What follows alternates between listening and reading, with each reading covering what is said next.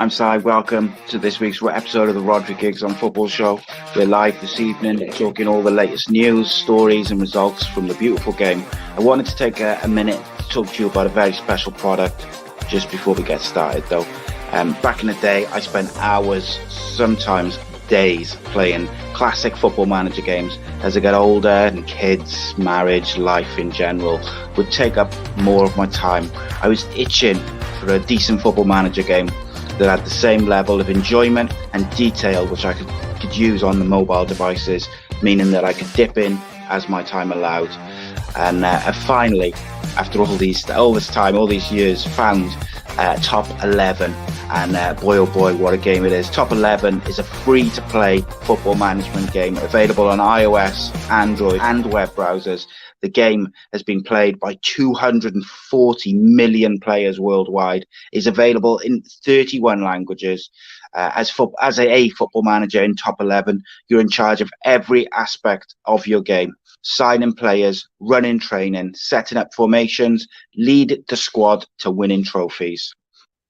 Introducing a brand new feature, the 3D live matches, one of the biggest Top 11 community requests in the game's history, getting you closer to your football squad than ever before. Everything you know and love about previous editions of Top 11, but is now available in real time with 3D highlights. As you play against other managers from around the world, 3D live matches allows you to see your tactics come to life with beautiful animations and player details, giving you the most information to help bring your team to the top. The new immersive experience will make you feel like a true top manager. This latest update comes with more tactical depth and an improved engine, which brings even more realism and control to your football management experience. To celebrate the release of 3D live matches, Top 11 has lots of exciting game events and giveaways planned for this season and those ahead. The best time to get in the game is now. Listen, guys, all season, we as a community, we've talked about the biggest moments of the season. We've said what we think certain managers should do, plus myself and Rhodri have competed against each other in the prediction league, as well as all you guys. So now the time is to put our tactical knowledge to the test. Let me know your usernames. Download the game for free. Make sure you use the link below in the description or in the comments, or use the QR code in the corner. Let's play against each other and let's truly find out who's the best. It's time to play the game. I'm the best though.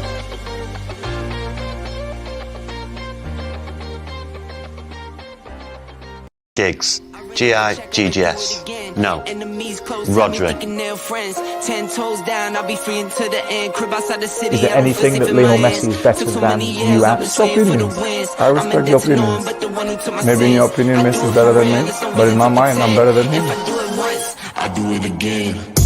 Add it up, bankroll, euro, peso, add it up. I'm just doing me, everything is on me. Oh, you matter what? Add it up, bankroll, euro, peso, add it up. I'm just doing me, everything is on me. Oh, you matter what? Told her if it's all me, everything is on me. Gon' back it up. Matter what? Told you I'ma do me. Why you hating on me? It's not adding up. I do roll like a Mack truck. Country heart, I might cop a farm and go act up. Lot of scars, I was cold hearted, now I'm back up. Keep it real, I do this once a month. I don't rap much. I just hit the money and go stack up. Only buy car cards and get tatted up. All that other bull, it don't matter much. You only climb me, I put the ladders up. No fault, I done doubled up on the workload. I think I fell in love with the bankroll. Pray up, get money, then we lay low. Add it up, bankroll, euro, peso, add it up. I'm just doing me, everything is on me. Oh, you matter what? Add it up,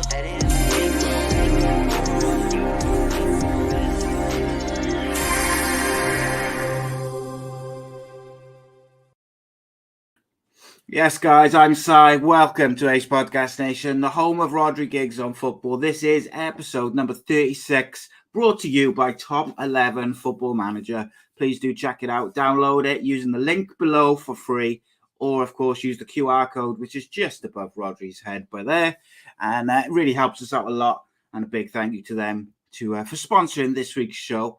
As you know, guys, we're on YouTube, Facebook, Twitter, as always. And of course, if you prefer your podcast in audio form, you can get all the previous Rhodri Giggs shows, this one, plus all the other series produced by Ace Podcast Nation at the Sports Social Podcast Network. So check them out. As we wait for a few of the latecomers, the stragglers, as it were, we're going to wrap up the Super 6 Prediction League for the season. Let's find out who won the money. Let's find out how much money we got to donate to charity. Was the winner someone from our viewership? Let's see. So Sunday was the final round of the Super 6. So we now have the final league table. Start with a big congratulations to Cardiff City legend Cohen Griffith, who won the top of the celebrity players group. He was 14th place overall, which means he was outside the payout places, but a great effort, consistently scoring well throughout the season. But on to the prize winners. From the 92 people who entered, John Morgan came 6th, winning free entry into next season's competition. Mark Hector in 5th, won £55.20. Owain Jones in 4th with £64.40. Gareth Price 3rd, £82.80. Darren Crisp in 2nd with £119.60. But a massive congratulations to our overall champion for this season, our very own Craig Sullivan, who won £230, but kindly donated £100 of his winnings to charity. Winning is great fun. You know, we'd like to win the money, etc. But at the end of the day, charity is what is important here. This season, we raised £816 for the nominated charities. Over the last few seasons, we've now raised a grand total of £2,046. Jesus. Next season, we'll be raising money for the air ambulance in memory of Neil Campbell, who sadly passed away recently. And if you'd like to get involved next season, test your knowledge against myself, Rhodri, all the gang, and of course, many other ex-professional footballers and all the people who watch, of course. Help us raise even more money for charity. Then drop us a message. We'll get you in touch with Will and get you the details. I apologise for the long introduction today, but I wanted to do that justice. Obviously, we've raised a good amount of money for charity. People have competed all season. So congratulations to everyone involved. And most of all, welcome this week, once again, to the man himself, the renegade, the enigma that is Mr. Rhodri Giggs. How are you, my friend? What's happening? You all right? Yeah. That right, I nearly dozed off there. 8 minutes for talk. 8 minutes. I know. Sorry, bro. That was, that ad, right? You would have not believe how stressful that was, mate, filming that. At least my Paddy Power, if they want another advert, and I'm safe. They're not going to be looking. Yeah, that's it. They're not going to replace you. Yeah, they won't be replacing you and me, I don't think, anytime soon. No, in fairness, it's good, right? Mate, it's good. I was banging to Champ Manager when I was younger as well. I spent hours on it. Hours. Yeah, it is good, mate. And what you can do, you can set up like little leagues on it as well. So like we could set up a Rhodri Giggs show league and play against like the viewers and that. And it's it looks like it's come on as well from my day. Yeah, 100%, mate. Like I used to play Premier Manager, Championship Manager, and then Football Manager came across. You start with a crappy team, and then you win, go to the European Cup and stuff, like Cardiff City or something. Not that they're crappy, but you know what I mean. Yeah, like a lower league side. Back then, mate, Cardiff were probably in like Division 3, weren't they? They would have been, yeah. But Nathan Blake, yeah. Lost a few days and weeks to those games, though, mate, to tell you. Eddie May would have been manager. Yes, Eddie May's Barmy Army. Let's go. It's it was hard. Like I've done loads of ads, like when I'm doing the live shows, and I'm fine with it. I can do it. I don't mind doing it. But it's always been like with you or with Danny, so you're like discussing it and bouncing off each other about whatever the product is. But with that, I had to film it and do it myself, and then. Stressful, man. Stressful. But there we go. It was good. It was good. So, yeah, please do download from that link. Congratulations as well to Craig Sullivan for being the champion. I got to say, I know it is about charity. It is absolutely about charity. But I'm absolutely thrilled that the winner of the overall thing was someone from within our community. I'm happy with that. So Craig the beers are on Craig this evening. We have lots to discuss this week, lots and lots to discuss. I'm going to start somewhere. I finished strong as well. I got every single one right. It's the first ever time I've gone against Man United. I put 2-0 Crystal Palace. But, got me 2 We're going to talk about United later. I got some questions for you. But great. I want to start, actually, with Danny Drinkwater's left Chelsea today, right? I was just reading that then. And he's reading his post. It's a really interesting post, because when I saw the headline about it, I thought, is this going to be just him blaming everyone but himself, sort of thing? Pretty honest. However, it was pretty good. Like, I thought it was quite self-aware. He kind of just said, look, I didn't, I made mistakes. I didn't do, and he's got himself into some bother, but also I think he felt like he wasn't given a chance at certain points. When he came, he was on fire for Leicester. He was in the England squad, but he hasn't really done it on loan either. And I think since he got to Chelsea, he's been injured. He's not doesn't get enough game time. It's a strange one. I've actually spoke to Danny White, because obviously he was a Manchester lad. He went to Manchester United, so I've spoke to him a couple of times, and he's a really nice lad. It's just you have a few drinks, you get in some situations. You just had some bad luck. Pretty on his post. He'd earn a boatload of money in them 5 years being at Chelsea. So, but yeah, it's not all about money. It's obviously, you can see he'd rather be playing football, but see where he ends up, and hopefully he can get his career back on track, because for 5 years really he's not played football properly, has he? No. And I tell you what, mate, right? He could be a cracking signing for someone, because everybody thought that was a great signing by Chelsea, because he was he was in the England squad. He was one of the best holding midfielders in the Premier League at that point. He just won a Premier League, so yeah, and it never got going for him at Chelsea. But if he's got to get his, I think, for him and his agent and everyone involved, family and whatever, if he gets the move right this year, I think it could be someone's going to get a really good player on their day. Do you think, obviously he's a Manchester lad, like you said, he's from sort of up north. Do you think it's a London thing, mate, where perhaps London is not the best fit? We've seen that with some players when they've gone south. They haven't always enjoyed that London goldfish bowl as much. Possibly. You're not playing. You're training. You're not playing. So it's easy in London to go out. When I lived there, it's a Tuesday night. It's like a Saturday night in Manchester. It's just doesn't matter. It's you can always somewhere to go. It's massive as well, so you can go in places where you're not going to be detected. I don't know about these days, but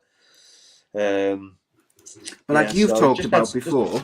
Sorry, mate, to interrupt you. I was just going to say, you've talked about before, like people when they're pissed up, giving you a bit of grief and that, and just stuff like that. And I think one of the issues he had off the pitch was that he got beaten up in like a pub or something. But it's got to be difficult, and I mean, you've experienced it. Like when you're out and you're just socializing, but guys have had a drink and they want to have, they want to give you their opinion, regardless if you want to hear it. And I think that is difficult particularly if you're frustrated with on the pitch stuff where you're not playing and whatever it may be, injuries, niggly injuries, and then you've got idiots coming up to you and they're pissed up and they're giving you a bit of grief. It's hard, isn't it? You've got to work hard to stay out of those situations, I think. Yeah, it very rarely happened, to be honest, because if I'm going out with 15, 20 people. I'm going out with people that no one's going to be bothered anyway. So, it does happen. Obviously, it's happened because that's why I ended up going to jail. So, it does happen. It does happen. You just got to be careful who you're going out with, who you're hanging around with, what places you're going, and just don't get involved, because people are actually going out to look for this kind of trouble to get their 15 minutes of fame or whatever. So you've got to be careful, though. Yeah, if you go in these places, you've got to be banded. Or even then, that could cause problems. But I was lucky because, like I said, I'd go out with people that just wouldn't be no trouble People with just it. leave you alone, sort of thing. Yeah. Who do you think? Where would you think was a good move for him? My initial thought was I actually thought, Villa would be a good move, but then when I read it, when he went on loan to Villa, I don't think it went particularly well. Although Gerrard's saying now it's a different manager, but I mean, if he wants to go sort of up north, I mean Newcastle throwing a bit of cash around, he's on a free. Who, Danny Drinkwater? Yeah. No, he's not Newcastle. Newcastle, he's maybe 5 years ago. Okay. But, he's not played. So you're looking at, who's just been promoted. Fulham. Who else? Fulham, Bournemouth, and either Forest or Forest. So you could see him at Forest. You could see him at Huddersfield, possibly even Burnley. Who else is up there? Who else is up here? Everton, Will says. Everton, yeah. Everton.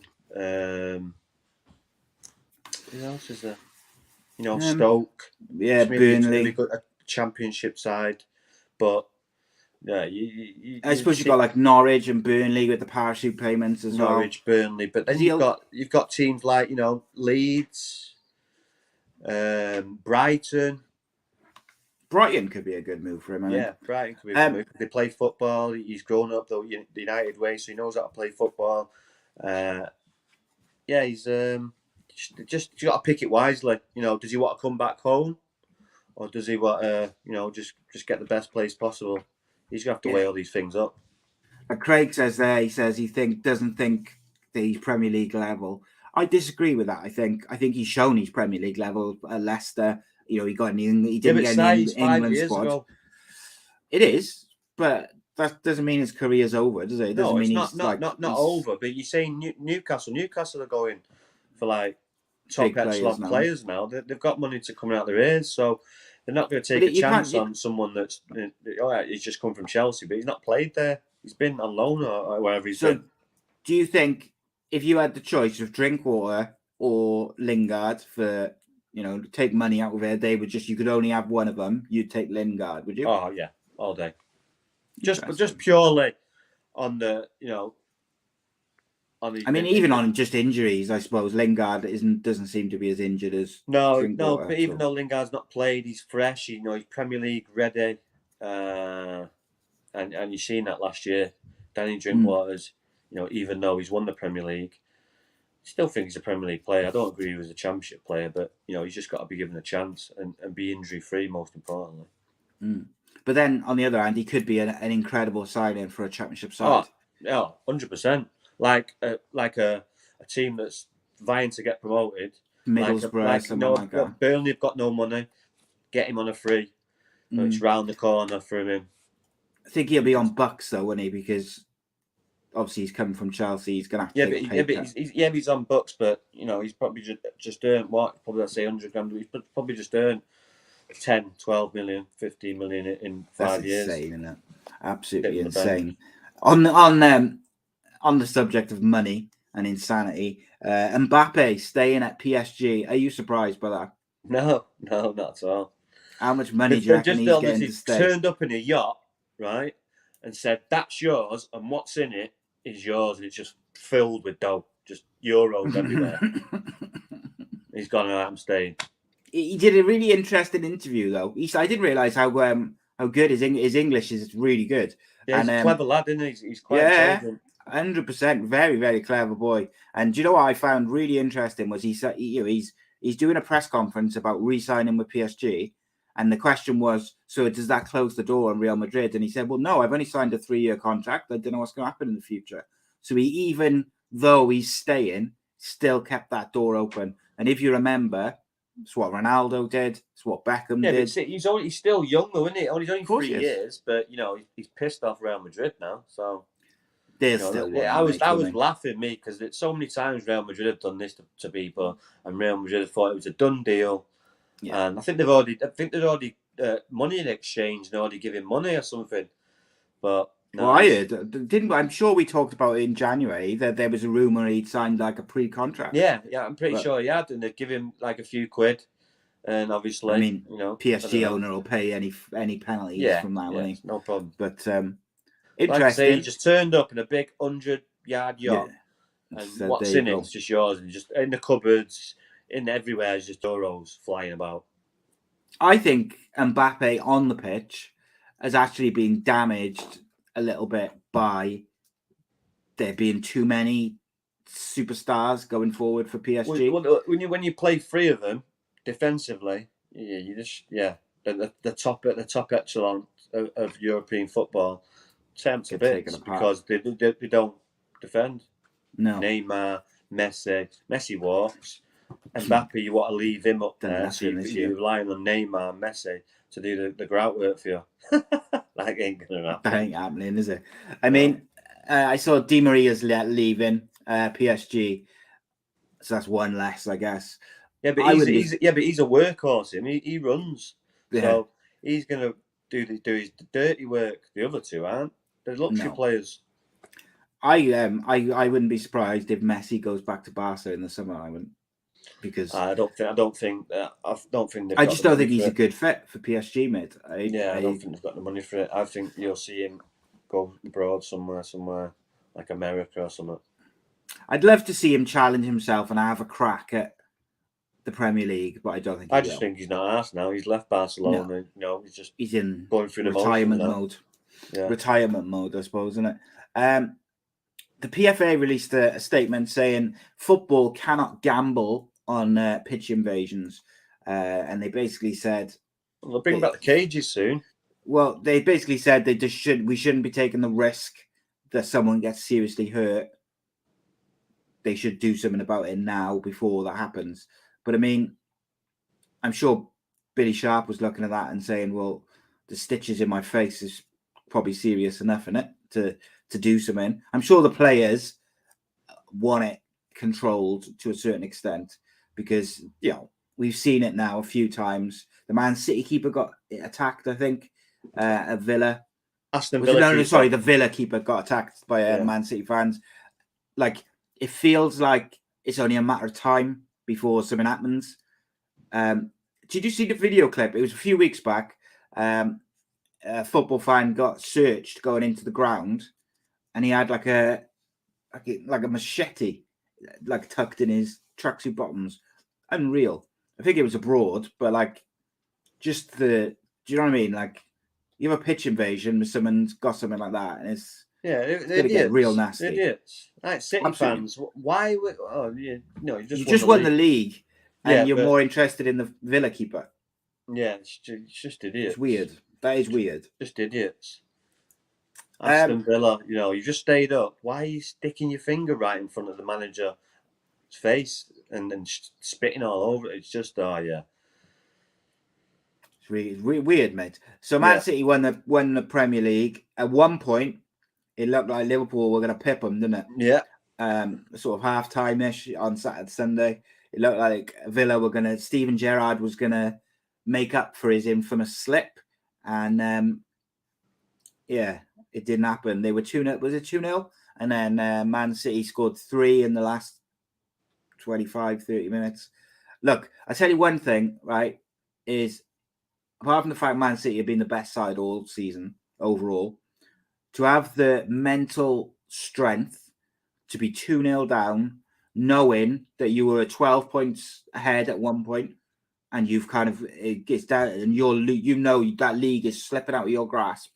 So to have the mental strength to then not only get back into the game, but go and win the game to make sure you win the league, I think they deserve a tremendous amount of credit for that, because some teams would have capitulated under that pressure.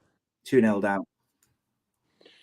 Yeah, it just shows how much champion players they are. Because I thought they were dead and buried. I thought it's not going to be their day, but I turned over to Liverpool because it was 1-1 there. And then City scored, and I turned back over, and it was just like once one went in, that was it then. And it's like a wave, great substitutions, and a good day all round. Yeah, it was enjoyable. I know, like Gavin and a few like other people who watch are Liverpool fans. It's but it's kind of just, you know, Liverpool did well to get it down to 1 point, because I think with about 10 games they to looked go, like at one point they were struggling as well. They looked like they were tired. They didn't have any legs, but then they got the second wind and comfortable winners in the end. And it was unlucky to 92 points was it? and come second. But City have been there all season, and just pipped it on the last minute. But great end to the season. It was very good. I saw a video clip of Gary Lineker, Alan Shearer, and Ian Wright talking about the goal and the golden boot thing, and they were basically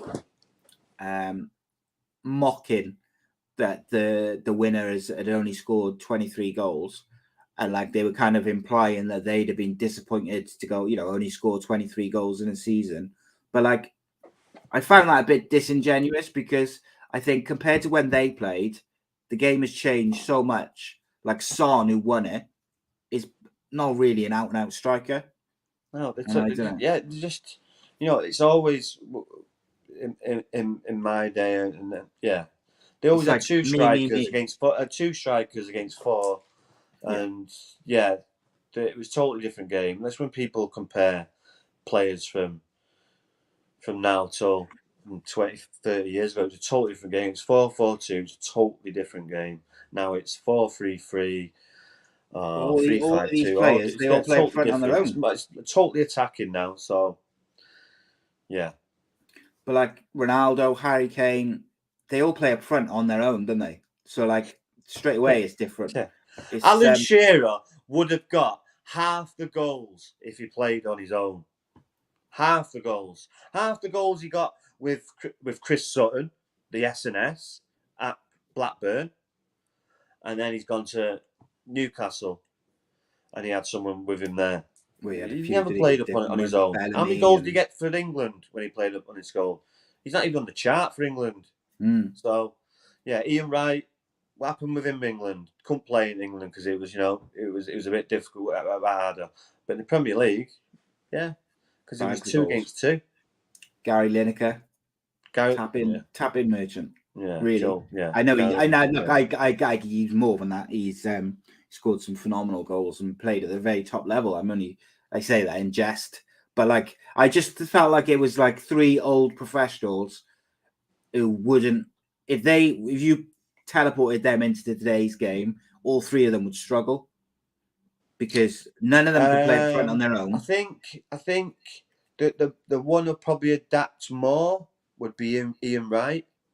Oh, see, I think Lineker. See, that's interesting, because I think Lineker technically was a good footballer. And I feel like he would fit in to like the way the technical side of the game these days. That's interesting. I disagree. Ian Wright scored some unbelievable goals, chips, all kinds of different goals. 100%. But I think what I'm saying there is he could play on the left or he could play on the right. Okay, I take that. Yeah, where Lineker and Shearer just play in the middle. That's it. Where you couldn't play him anywhere else. Where Ian Wright, you could play all 3, I reckon. Yeah, I go with that. I think out of the 3 of them, Shearer's probably at the bottom of your list, isn't he? If you had to pick one to transport into modern day, 100%. Kind of interesting. I just want to go to a couple of the comments. Shearer fed off crosses. No one could frigging cross the ball in the Premier League. Always hitting the first man. Or it's always little sliders going across. Shearer wouldn't have got half the goals. I'll tell you that now. So on the pitch invasion side of things, Craig says, what's happening with football fans nowadays? The last game of the season, going on the pitch was like a highlight. You went to celebrate with your players. Never forget the Super Kev celebrations. And that's what it used to be, though. It used to be about you'd go on the pitch to celebrate with your team. You didn't care about the other team who was out there. But these days, a lot of the fans, they're more interested in like winding the other team up than they are, celebrating with their boys. Like it's such a weird thing to me. But I think it's bred from social media. Like this, it's like that trolling culture. and everyone wants to get a video. They said like they were sticking a video in Patrick Vieira's face, weren't they? And they were like trying to get a reaction out of him by screaming at him and that. And then when he kicks him up the arse, they got a problem with it. And it's like, that's what you wanted. Idiots.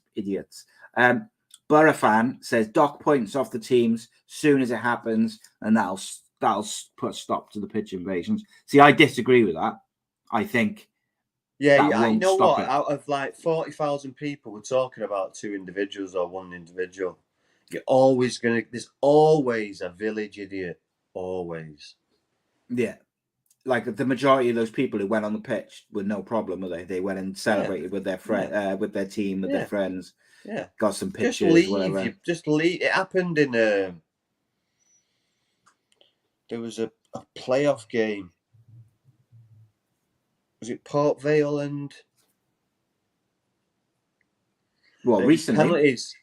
And one of their ex-players had missed a penalty, but they had won the penalties, and they've all run on the pitch, and then it's all kicked off with one of their players.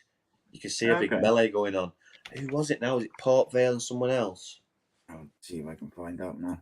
Port Vale were in the playoffs. Well, they're in the playoff final, aren't they, against Mansfield? Port Vale and Swindon went to penalties. Port Vale won 6-5 on penalties. Try and see if I can work out who missed the penalty. James Wilson's early strike.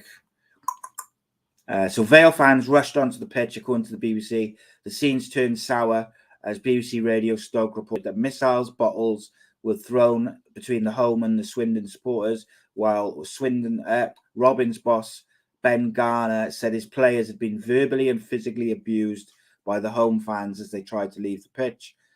This was two days after Billy Sharp was headbutted at the end of the penalty shootout. It doesn't say who the which player was targeted. Yeah, why do these things happen all in bunches? You've never heard it's never happened before, and all of a sudden, it's just idiots, mate, isn't it? Who spoil it, like James. Yeah, when I run on the pitch, ruin it for other people. Aston Villa in the semi-final at the FA Cup. Not once did it enter my mind to do anything or say anything to the Arsenal players. Not once. Yeah. But you weren't because you were celebrating with your team. Do you know what I mean? Like weirdos, aren't they? Yeah. Village idiot. Leslie likes that. He thinks that's a good description. James says just idiots ruining it for everyone else. What about England now? I've got to play a game behind closed doors in the Nations League. Not that it matters massively, but I mean, because of what happened in the Euros in the final with the trouble and stuff in the stadium. Do you agree with that? That the everyone who behaved and people who go and watch England, who obviously have a big following, they are getting punished for a very small group of fans. But that was that for the Wembley final. When they were in the stadium. Small group. You're talking like thousands of people. I don't know. It depends. The only thing I could think of, like off the top of my head, was when they were all trying to rush to get in, weren't they? Yeah, and that one steward. Yeah, but in terms of compared to the 70,000 fans who were there, it was what? No, maybe a couple of hundred. It's just. But yeah, they have to do something. When it's 1 or 2, it was hundreds. So and it was in the stadium, and I think you're at home. It's the final. They've obviously got tickets. That's why they're rushing it, jibbing it. So they had to do something, I suppose, to make sure or try and make sure it doesn't happen again. Yeah, so make sure it doesn't happen again. In the grand scheme of things, playing behind closed doors means nothing these days because especially after COVID. Not because of the last 2 years, so they're used to it now. What do you make? I've seen some people on social media saying that certain players are to blame for fans being so agitated when they come on the pitches because you've got certain players who intentionally wind up the opposing fans. So like Pickford and people like this. But my answer to that straight away is they don't go out to wind up the fans. Side. What they Please, do is stop, they side, respond. Stop. Pickford's getting abused all game of some dickhead behind, loads of dickheads behind, and suddenly he does something back. Oh, it's a big, massive issue. Yeah, stop. 100%. These players get proper abused. So when they do something back, it's like, take the ball off. Stuck his fingers up with me. What do you make of that? We saw it a few times at the end of the season, fans keeping the balls to waste time. Yeah, it's usually in Liverpool. It was weird, wasn't it? It's like never seen it really before. Like, obviously it has happened before, but like it became a thing at the end of the season. I was just like, you just look like a tit. Yeah, someone did it. It was wasting time, and they needed the win. It was someone who's playing Chelsea, and someone was kept the ball. And what are you doing? I think it was a Leeds fan, and he's coming. Rafinha, it was Rafinha, and saying, "What are you doing? We need the ball. We're losing." And all the fans turned and like, "Get the fucking ball back!" To it up, threw it back. It's like, oh, the ball comes near me. Oh, I can have it. That are clearly people who don't come to football on a regular basis. Yeah, just day trippers. What are you doing? Throw the ball back. Do you know, like, one of my favourite bits of going to football back in the day was like the banter which you had between the players and the fans. So you'd give the certain players a bit of stick, but then they'd also give you like a bit of back when they would take a throw in. Yeah. And it was like but it wasn't abuse. It was like, just banter. Yeah.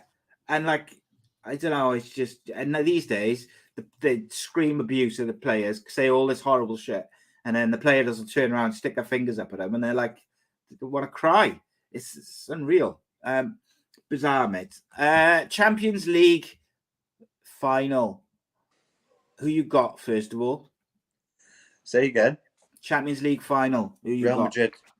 And is that like you want them to win, or you think they'll win? Both. Do you think Liverpool will be in any way affected by last weekend? Because at one point they thought they were winning the league, didn't they? The only thing I worry about Liverpool is have they got the legs? But I think if Liverpool, I'm sure they'll all have their inhalers, so they'll be sweet. Yeah, inhalers, which are I'm not 100% sure they're allowed, are they? But the thing with Liverpool, I think, is they are capable of blowing Real Madrid away in half an hour and being 3 or 4 up if they take their chances. They're capable of that. They always start well. They are capable of that, but Real Madrid's where it starts slower. About Real Madrid here. You're talking about them like there's some scrub team. Oh no! I don't mean that. What I mean is, I almost feel like if Liverpool get off to a good start and take their chances, I could see Liverpool winning.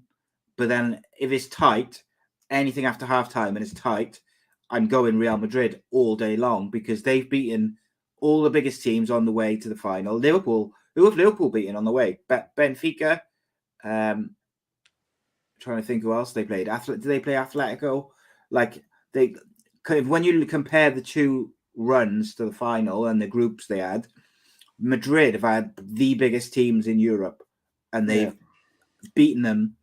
They've outplayed them, but they've also gone to extra time and showed a lot of mental strength to do it. And I just fancy, I almost feel like Liverpool need to start well because I think Madrid will just grow into the game more and more.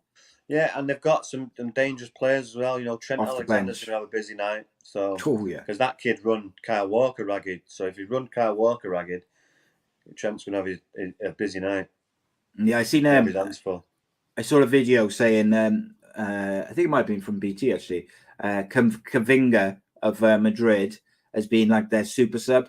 So every time they're looking to change the game, he's come on in the middle of the park and he's genuinely changed their fortunes. Does make you wonder why he isn't starting. But however, if it's working for you, it's working for you, isn't it? Tony Cruz and Modric. Yeah. 2 quality players. Modric's got to be getting on a bit now, though, isn't he? How old is he? He's 30s. He's got to be like late 30s, hasn't he? No. He's about Ronaldo's age, isn't he?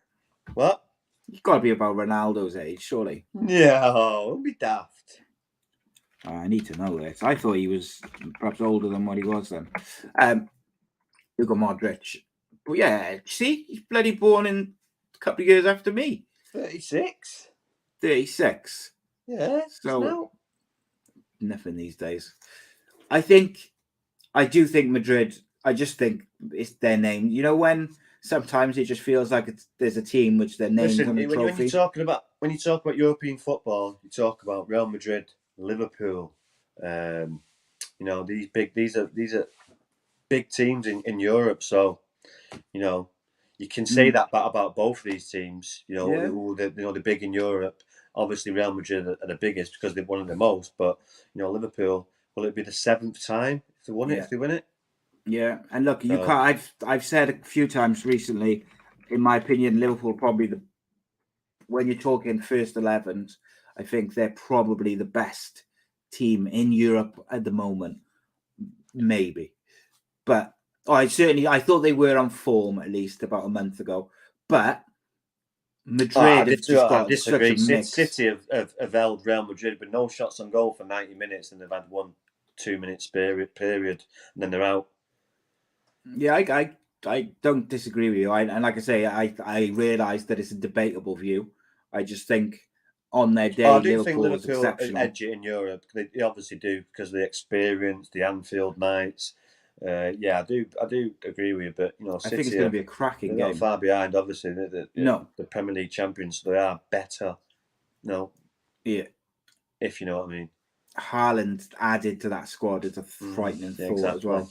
Haaland and the other kid that's coming in. People forget about him as well. He's decent. Gareth Bale's last game for Real Madrid, Champions League final.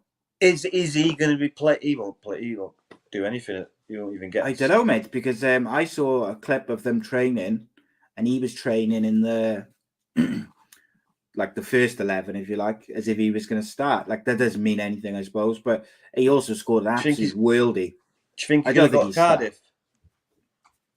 I don't. I know that kind of pisses on everyone's chips and everyone's excited by it. Why I not? don't Though? think he does. Why not? We haven't got any money, mate. And I actually want to talk about Cardiff. Well, I'll tell you what, we'll talk about Cardiff now, mate. No, I know that, but we literally haven't got any money. What? Like, we haven't got any money at all. But we have. But you've got to understand, with him coming there, that'll add money, sales shirts, all other stuff that you can sell up with Gareth Bale. So you've got to think of the bigger picture. When I asked Mehmet Dalman and it's Gareth Bale who shouldn't really play in the Championship, and he's going to be the team. When I asked Mehmet Dalman about it, obviously the Cardiff City chairman, the last time he came on the show, and I asked him about the rumours about Gareth Bale, because they've been going around since the Euros, and he said if Gareth Bale wants to play for Cardiff, he has just got to contact us and we'll do anything we can to sort it out. However, he also pointed out that he's going to have to basically play for very little. But, you know, Gareth Bale doesn't need the money. What it comes down to... Now for what? 9-10 years? 9 years, yeah. And he'd have been on 200 grand a week, minimum. Well, the last 3 or 4 years, he's been supposedly on about £500,000 a week, haven't he? Well, there you go then. So if he's coming somewhere, he's not going to Cardiff for the money. So he can say, give me 5-10 grand, whatever. Still a lot of money. Yeah. Hell of a lot of money. He only comes, in my opinion, if Wales, or there's only a chance he comes if Wales qualify for the World Cup. Because otherwise, I think he'd probably just retire anyway. I could see. I still think he's just the type of person that do that, though. You know what? I'm going to finish my career at Cardiff. Forget it. Finish. Yeah, if I was him, that's something I would do. He's got roots in Cardiff as well. He's still got family in Cardiff. He's got a business in Cardiff. There's loads of reasons why he could and he should. That he, you know, look. Is there any decent golf courses though? Well, there's one or two, isn't there? So here's the thing, right? I wanted to talk a bit about Cardiff. My worry with Cardiff, right, is Cardiff have made some early signings straight away in the window. They've signed a couple of players. One boy from like a non-league team, looks quite exciting player. So, you know, I think that's good in one way. My worry is we have released or got rid of a number of players who, all right, they might not have been the best players over the last couple of years, but they did a job, a lot of them, but they were experienced. And when you look at the players we've lost, what we have lost is a massive amount of experience of championship and first team football. So we were very reliant on a few of the academy boys this year who've come in. And then if you add in more youngsters and non-league players, like who's gonna be the experienced head in that squad? And I'm looking at it and I'm thinking, we haven't got many. But if Gareth Bale comes, big if, he brings everything, doesn't he? He brings experience, he brings quality. If he comes with the same attitude that Craig Bellamy came with, he comes with an attitude that will transform the rest of the team. Yeah. When we had Jay Bothroyd on here, he said, and bear in mind, Jay Bothroyd, I think, was about 28, 29 when Bellamy came. Like he was in the latter part of his career. He said that when Craig Bellamy came to Cardiff, he completely transformed how Jay viewed football and looking after himself, because Craig Bellamy came with his own personal coach. So he was doing his own thing a lot of the time in training, because he knew that he was at a point in his career where he had to just stay fit for games. So his professionalism, his attitude rubbed off on the rest of the squad. So I would hope that Gareth Bale would come with the same attitude. If you listen to Madrid fans over the last couple of years, they will say his attitude stinks. He doesn't care. He's just there for the money and the golf, blah, blah, blah, blah, blah, blah, blah, blah. I base my view of him on what he does for Wales. And he turns up every time. He gives 120%. He plays through injuries. He always comes up with a bit of quality. His attitude rubs off on the rest of the team. So I would like to think if he comes to Cardiff, he would do the same. Whether he will or not is another thing. Yeah, my worry, though, with Cardiff is we don't have a lot of experience. And the other thing is we don't have any money to spend, which is the other problem. We'll have to wait and see. But yeah, it's. Do you think he'll go then? Do you think Bale ends up at Cardiff? Because I think I think about 3 months ago you said no. No, I do now. I do. Yeah, I do. It does look like more likely, doesn't it? Obviously, yeah, I think it's dependent on. It just makes sense for him. You know, he's not after big money. He's had big money, so he's making his money. Yeah, you just have to wait and see though. But then the one Premier League team who do seem interested in him is Tottenham, and he's obviously got some links there. But I can't see. It doesn't make sense. I can't see him playing for Conte. No, that's not going to happen. And like I said, he's got roots in Cardiff. He's got a business in Cardiff. It makes sense to come to Cardiff. I bet my house that he's not going to Tottenham. Yeah. So that's what I was saying about the Champions League final is Bale and Bale's relationship with Madrid and the Champions League is unbelievable. Like, it's genuinely his record in the Champions League for him. And this is what annoys me, like how they treat him, because there was one year, it was like he won the Champions League for him single-handedly. Some of the goals he scored at the times he scored them. I think it was a weird bunch, aren't they? Yeah. But wouldn't it be nice, right, with all the stick they've given him as a Welshman, for him to either come off the bench or start, score the winning goal, and walk off with another Champions League medal, and be like, thanks for your time, thanks for your abuse, see you later. Because, but I don't think he starts. I'd say, but what a player to have on the bench, mate. If they need something, or if Liverpool do get ahead, like Gareth Bale off the bench is not a bad option, is it? No, 100%. No. And just quickly as well, going back to those training videos I've seen of him training with Madrid this week. He seems really popular with a lot of the players, like those younger players who we've talked about. Yeah, well, the ones who've made he's a obviously difference. a nice lad, isn't he? So it's not they see just him day weird, in, day isn't out. it? It's obviously the fans have got an opinion of him, and yeah, it's just weird. Like, really, I think it was Zidane, wasn't it, who turned the fans against him. Like that relationship is what soured it. But look, Cardiff have had Hasselbank, they've had Robbie Fowler, Bellamy. We've had, these types of players before, and I think Gareth Bale is just another stratosphere to that. It would be very, very interesting. Craig says it was exactly 12 months ago that Mehmet Dalman was on the show. 12 months ago, he said he was still under contract at Real Madrid and would want something towards his wages. But now Gareth Bale is a free agent, so maybe it's different. Yeah.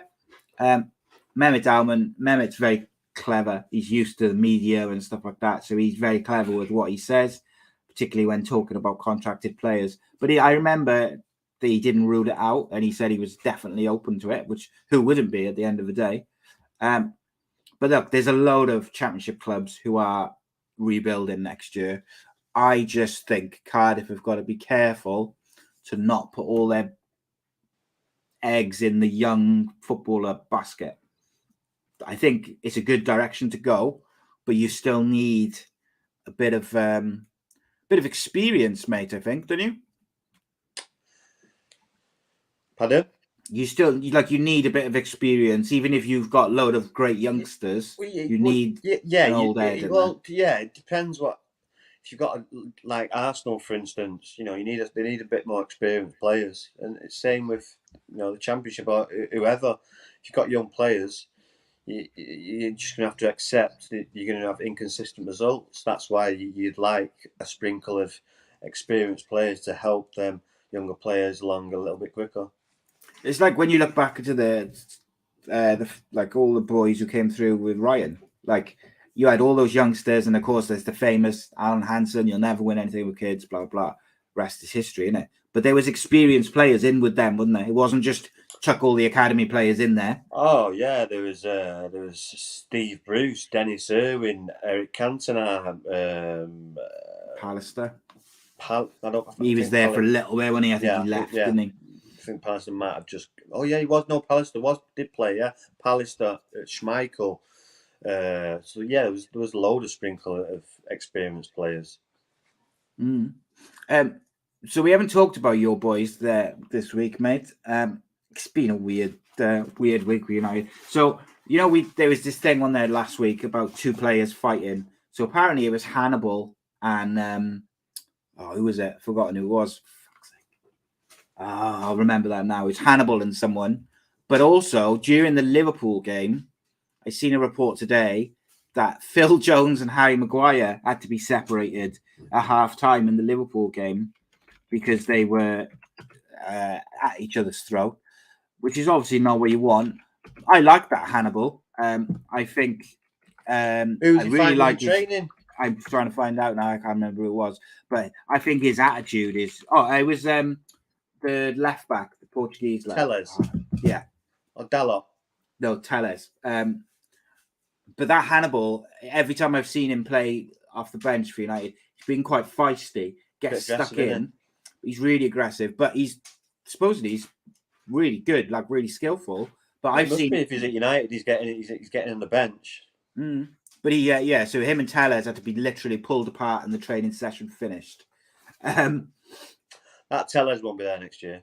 No, and I think it was, if you were guessing, it was probably like Hannibal put a tackle in him on, left a bit on him or something. And because he's a bit of a fan of that Telles, isn't he?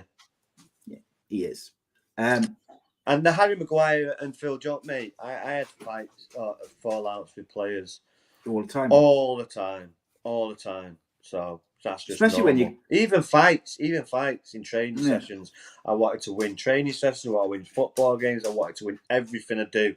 So if someone's not putting in the same amount of work, is that I'm going to get angry. I'm going to get pissed off. So I'm going to kick someone, and then ultimately it leads to a fight. So and that's what would happen on a yearly basis when I'd play, because people won't put the effort in, and when you're there putting the effort in, they're not, then you just let them know about it.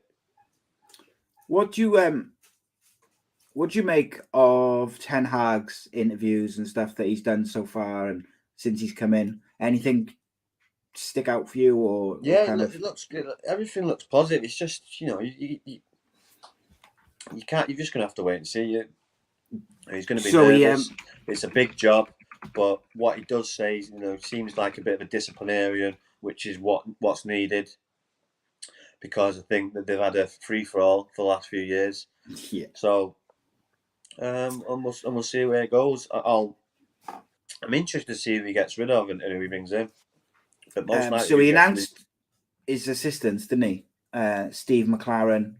And that's another thing. I mean, like Paul Scholes and other. I was just going to ask you about that. Yeah, straight away, in with the negativity. Just shut up and stop being negative. Shut up. It's just like you're just not helping the situation. What is wrong with having when he come to Man United and when he left Man United, he was a top class coach. All right, he's been and managed and done that, but he's still experienced, knows the club, been there when it's been successful, so he knows what it takes, and he's a top coach. So and he knows the manager. It's just an absolute no-brainer. And it's the like saying, oh, why is he bringing stuff? It's just that he should be in a technical role, or just shut up and get behind the team and stop being negative. But like, it's just the way I look at those two appointments, right, from the outside to me is you see the guy Mitchell Van something, I can't remember his name. That's his guy who he's going to take wherever he goes to any job around the world. That's his guy. And then he's brought Steve McLaren in because Steve McLaren has worked in the Dutch league, but he's also worked at United. So he's a guy that kind of knows both sides of it, knows how he wants to play, is familiar with him, and can kind of bridge that any gap with that side of it. As I said, no brainer. It's not like if it was 10 years ago, you might question it because you'd say, well, Steve McLaren's, they're angling him for the job. Steve McLaren's never going to get the United job ever in a million years. So that's not all. Do you know what I mean? Like sometimes when you see an assistant 100%. Or a technical advisor or someone. It's just a no-brainer for a young manager. It's like just a no-brainer. It's like Steven Gerrard. He's took McAllister with him. I think that's been one of his best appointments. Bringing experienced people. All right, he's not an experienced manager, but he's experienced. He's a coach. Just it's a no-brainer when I see young managers bring in experienced number twos. I just feel that's just makes sense. Unless you've got rapport and you've got your man like Ten Hag has, which he clearly has. I mean, just McLaren's an assistant.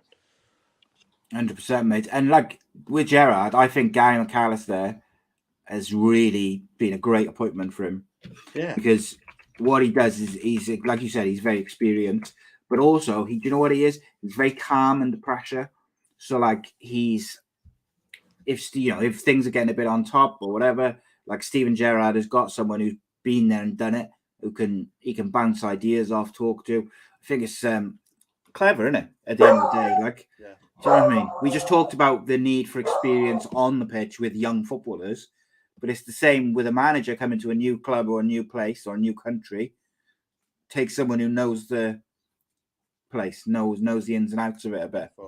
And by the way, if you speak to like United fans like yourself and you read Fergie's books and stuff, a lot of people rate Steve McLaren as one of the best assistants Fergie ever had. Oh, 100%.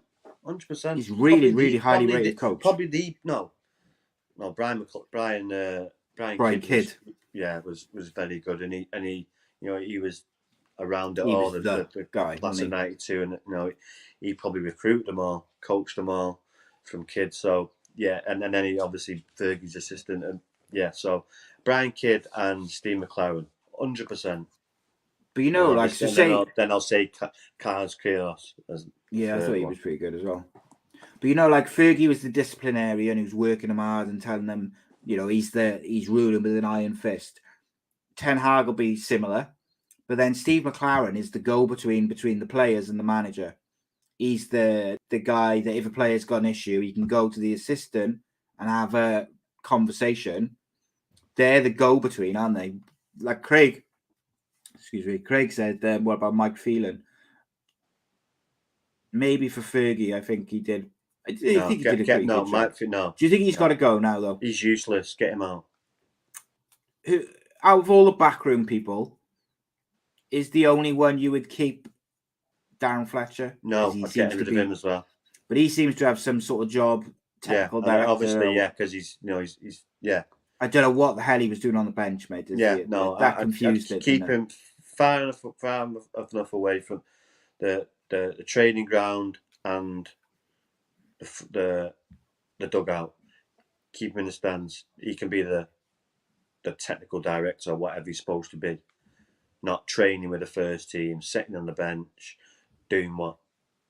Yeah, it was weird, wasn't it? It was really strange. If you could sign one player for United now, today, who would it be? within reason. Like you can't go for like Mbappe or people like that. But like if there's one footballer you could sign now for United to start the revolution under Ten Hag, who would you pick? Would you go for like a central defender like that? I'd probably go for Torres. Declan Rice.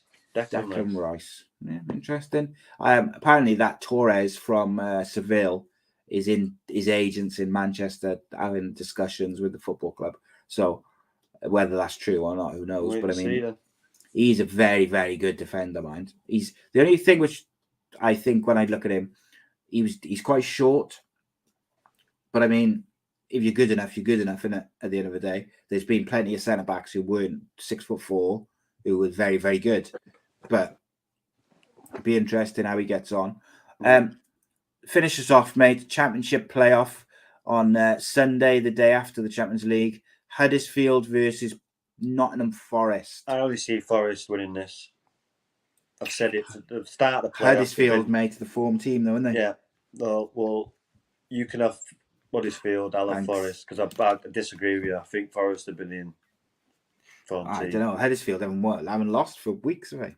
But I agree with you. Look, it's the two form teams.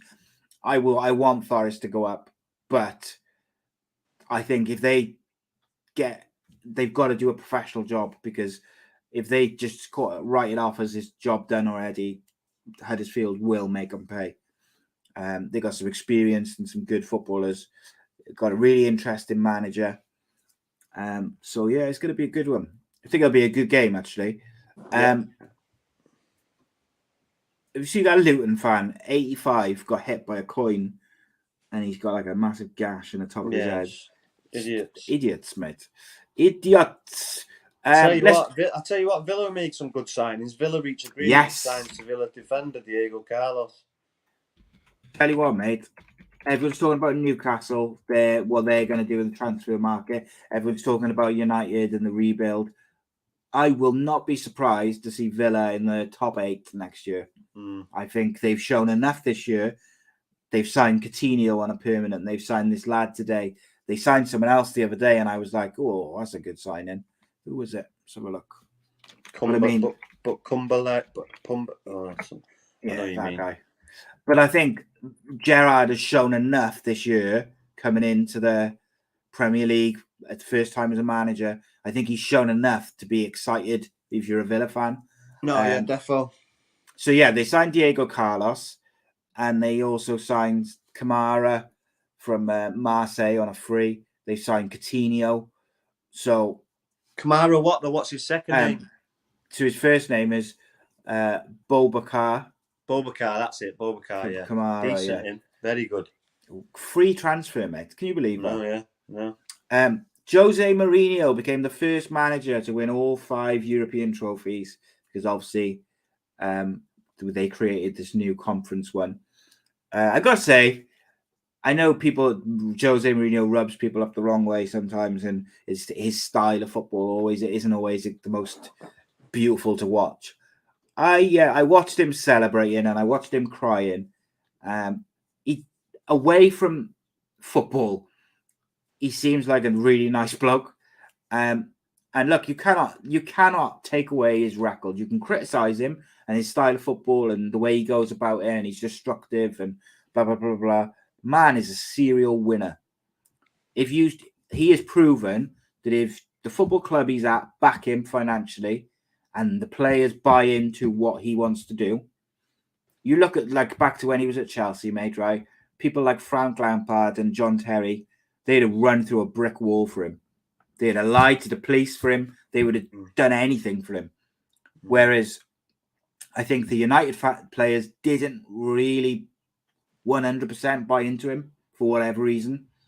So they won the Europa League, but they never, he got into second as well. You've got to think it's the same group of players that have got here now, and we know what these are about. So with hindsight, he's gone to Roma and won a European trophy. If those United players and United as a club had backed him financially in that third season, could Mourinho have built on that second place and taken them to a challenge? But Yes, but it's just drab football. Yeah, but So But do you yeah, blame? I said at the time he should have been given more time, but Do you think? on now. So do you think it's the players to blame, not the managers? Yeah. Not just Mourinho, No, David 100%. Moyes, Players. Van Gaal. Yeah, the players. And a lot of those players are going to be gone in a couple of weeks. So that'll be interesting. What do you make of Jose Mourinho? Like, he's won, he's pretty won. I think he's won everything now, and he really. Do you ever see him taking over the Portugal job? Manager. So, do you think he'll ever take the Portugal job?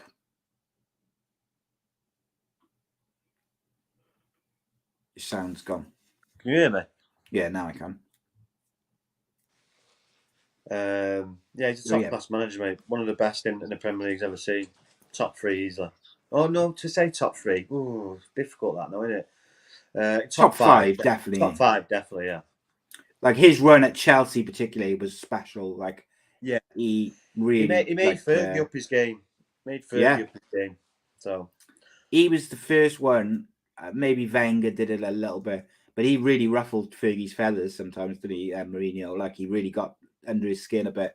Do you think? Do you think he might finish his career when he does leave Roma eventually? Do you think he might go for the Portugal job? I don't know, mate. He might end up at Portugal or something. Yeah, I think that could be like that's the one thing I suppose he hasn't done, isn't it? He's won all the trophies. If he goes and does something with Portugal as an international team, but be very interesting, mate. I think what he does, but again, the man's a winner. You know what you're going to get with him. So if you don't back him, I don't know what to tell you. There was one more question I was going to ask you. If anyone's got any questions, get them in now because we're going to finish up in a couple of seconds. Leeds United and Everton survived, mate, by the skin of their teeth. What do Everton and Leeds need to improve next year to make sure they're not in a battle for relegation again? Particularly Everton, I think, because no one expected them to be there. Everton won't be. Leeds possibly, but have a good start. Get track. Hopefully, don't have as many injuries because they have it with a load of injuries. So, yeah, hit the ground running. Look at Brentford, and I think those teams who come up from the Championship. Look at Brentford as a model. Win your home games, make your home ground, incredibly difficult to play at. And that's a good start because that was, Brentford, mate, was proper at home, were very, very difficult to beat. And I liked what they did this year. I was very impressed with them. Spent a bit of money, but I mean, if you get into the Premier League and you're getting a bit of cash, why wouldn't you spend it? Yeah. So you're going with the Madrid, Nottingham Forest double then, mate, yeah? Yeah. Interesting. Brennan Johnson will no doubt score, mate, I would imagine. He saw what he's done all season. Scores goals. Guys, please do check out Top 11. Download the game for free. Test your knowledge. If you do download it, send us your usernames and stuff, and we'll set up a Rhodri Giggs show league and all that. You can use the code, the QR code that's above Rodri's head to his left, I think it is. But or you can use the link that's in the description by here as well. Please do it. It helps us out a lot. Give it a try. Football Manager game. A question from Leslie for Rhodri. He says, does Rhodri think it will be decided on 90 minutes in the Champions League final, or do you think it goes to extra time? Leslie says 2-2, and then Liverpool win in extra time. If it goes to extra time, in my opinion, that's Real Madrid all day. That's how they won most of the cups this year, so probably. Wow, that's interesting. Yeah, you're right. Liverpool have won. They have won some games, haven't they? Extra time wise, but to me, both finals in penalties and both finals against Chelsea. But then Madrid, mate, have been so strong in those extra time periods. I just cannot see past them. Because they've got strength in depth, the youth, the players that you're saying talk about that come on, and they're all young and fit and ballers. So hungry as well, aren't they? They want to prove a point, like because they're on the bench, and then you've got the experience of Gareth Bale, potentially off the bench, or wherever, if he starts, or I think he'll be in the squad. And I mean, what a player to have, to try and change something. Bale free kick in extra time to win it, and that's what I believe will happen. Craig says, latest funny rumour, Harry Kane to sign for Liverpool because Salah won't sign a new contract. Mate, I cannot tell you how much Harry Kane does not fit with Liverpool. No, it's not going to happen. And the only place I see Harry Kane going in the Premier League is Manchester United, or if Newcastle paid him an obscene amount of money, that he might go there. Otherwise, Man City don't need him. Liverpool, I just don't think it works the way they play. Nothing about it would work to me. Maybe I'm wrong, but to me, I don't think that works at all. Could you see any club? Maybe Chelsea, possibly. Harry Kane. I don't see anything. I can't think of anywhere else he'd go. Right. Yeah, what's he up to? No, he's not. He's a drink. If he's anything like my dog, right? It should be like that. He's probably like me. And then won't drink. Don't eat in a minute. Yeah. And then won't drink and won't eat. Right. No, he's probably like me. I'm going to faint if I don't eat in a minute. I need to eat. What are you having? What are you eating? It's ready there. I'm waiting. What is it? Spaghetti meatballs. Send it over.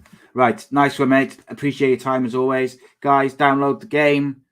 Help us out. Top 11. But you got to use the link below or the code above Rhodri. Appreciate you guys as always. Join us over the weekend. Look out for the best of the Andy Campbell show as well. That's going to be out probably Saturday. I'll try and get it out Friday for you, though. Nice one.